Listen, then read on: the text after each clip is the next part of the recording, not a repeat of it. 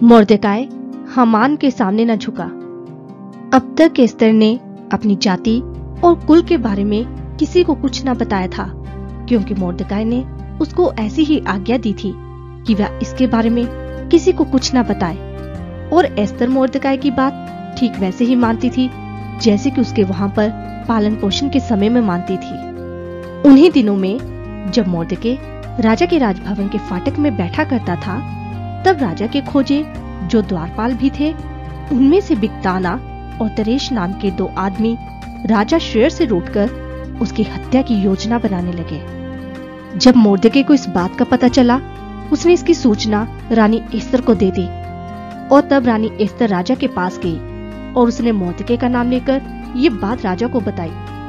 तब इस बात की छानबीन की गई और जब ये बात सच निकली तो उन दोनों आदमियों को मृत्युदंड के रूप में पेड़ पर लटका दिया गया और इस बात का विवरण राजा के सामने ही इतिहास की किताब में लिख दिया गया। तब इन बातों के बाद राजा शेष ने अगागी हमदादा के बेटे हमान को नियुक्त किया और राजा ने हमान को सम्मान देते हुए उसे उसके साथी हाकिमों से भी ज्यादा ऊंचे सिंहासन पर बैठाया।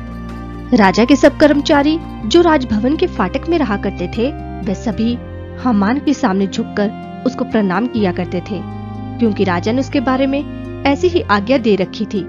मगर मोर्देके ना तो हमान के सामने झुकता था और ना ही उसको प्रणाम करता था। तब राजा के कर्मचारी जो राजभवन के फाटक में ही रहा करते थे, उन्होंने मोर्देकाई से पूछा, तुम क्यों राजा की आज्ञा का पालन नहीं करते? और वे लोग हर दिन मोर्देकाई को यही याद दिलाते रहते थे, मगर मोर्देकाई ने उनकी बात की ओर कोई ध्यान न दिया।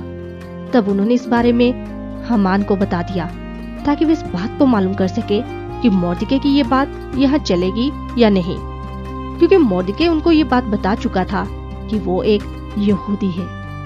और जब हमान ने भी ये देखा कि मोर्देकाई ना तो उसके सामने झुकता है और ना ही उसका सम्मान करता है, तब हमान बहुत क्रोधित हो गया।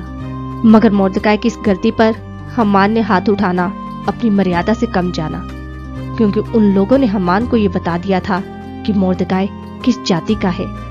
इसलिए हमान ने मोर्देकाई और उसकी जाति के सब लोगों को नाश करने के लिए योजना बनाई।